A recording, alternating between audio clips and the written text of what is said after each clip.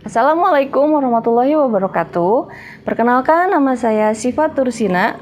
Saya adalah peserta pendidikan guru penggerak dari SMKN Negeri 1 Rongga dari Kabupaten Bandung Barat. Untuk kesempatan kali ini, saya akan memaparkan tanggapan reflektif kritis pembelajar merdeka.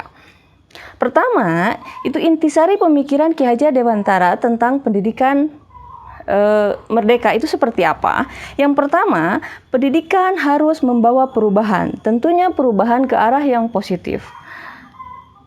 Kemudian selanjutnya itu dapat mengembangkan potensi peserta didik. Jadi jangan sampai peserta didik potensinya itu hanya di situ-situ saja, tidak berkembang, bahkan mungkin bisa sampai hilang. Dan peserta didik jangan sampai tidak tahu potensi dirinya itu apa. Selanjutnya, untuk dapat mengembangkan potensi peserta didik, haruslah ada yang disebut dengan merdeka belajar. Jadi peserta didik jangan sampai merasa dibatasi dalam mengembangkan potensinya.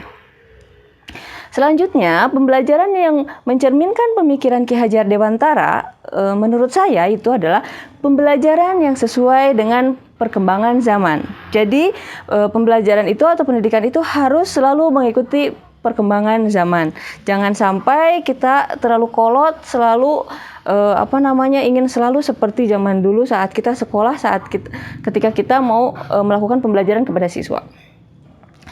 Yang kedua, yaitu dapat mengembangkan potensi peserta didik serta berfokus pada siswa.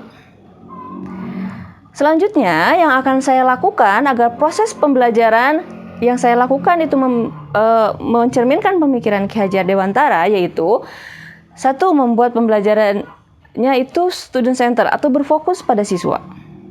Kemudian yang kedua, peserta didik dibimbing aktif untuk melakukan pembelajaran. Jadi jangan sampai peserta didik pasif, diam saja, hanya menunggu guru untuk memberikan arahan kepada siswa atau memberikan tugas kepada siswa. Selanjutnya itu adalah membimbing peserta didik untuk berkreasi sesuai dengan potensinya. Contohnya, itu ketika saya memberikan tugas kepada siswa tentang penerapan konsep perpindahan kalor, itu siswa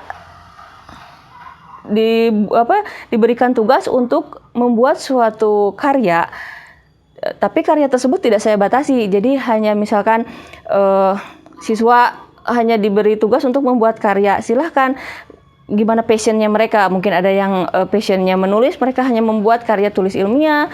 Ada yang passionnya membuat fotografer, jadi mereka bisa tugasnya berupa foto atau berupa video.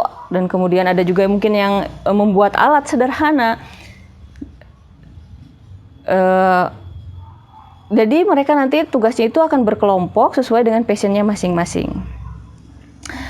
Kenapa berkelompok? Karena mereka juga harus belajar berkolaborasi bersama teman-temannya.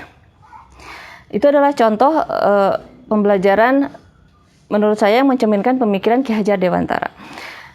Dari pemikiran Ki Hajar Dewantara yang sudah saya sampaikan sebelumnya, yang sudah saya terapkan adalah memerdekakan peserta didik untuk mengerjakan tugas sesuai dengan passionnya masing-masing. Demikian pemaparan yang bisa saya sampaikan mengenai tanggapan reflektif kritis tentang pembelajar merdeka. Wassalamualaikum warahmatullahi wabarakatuh.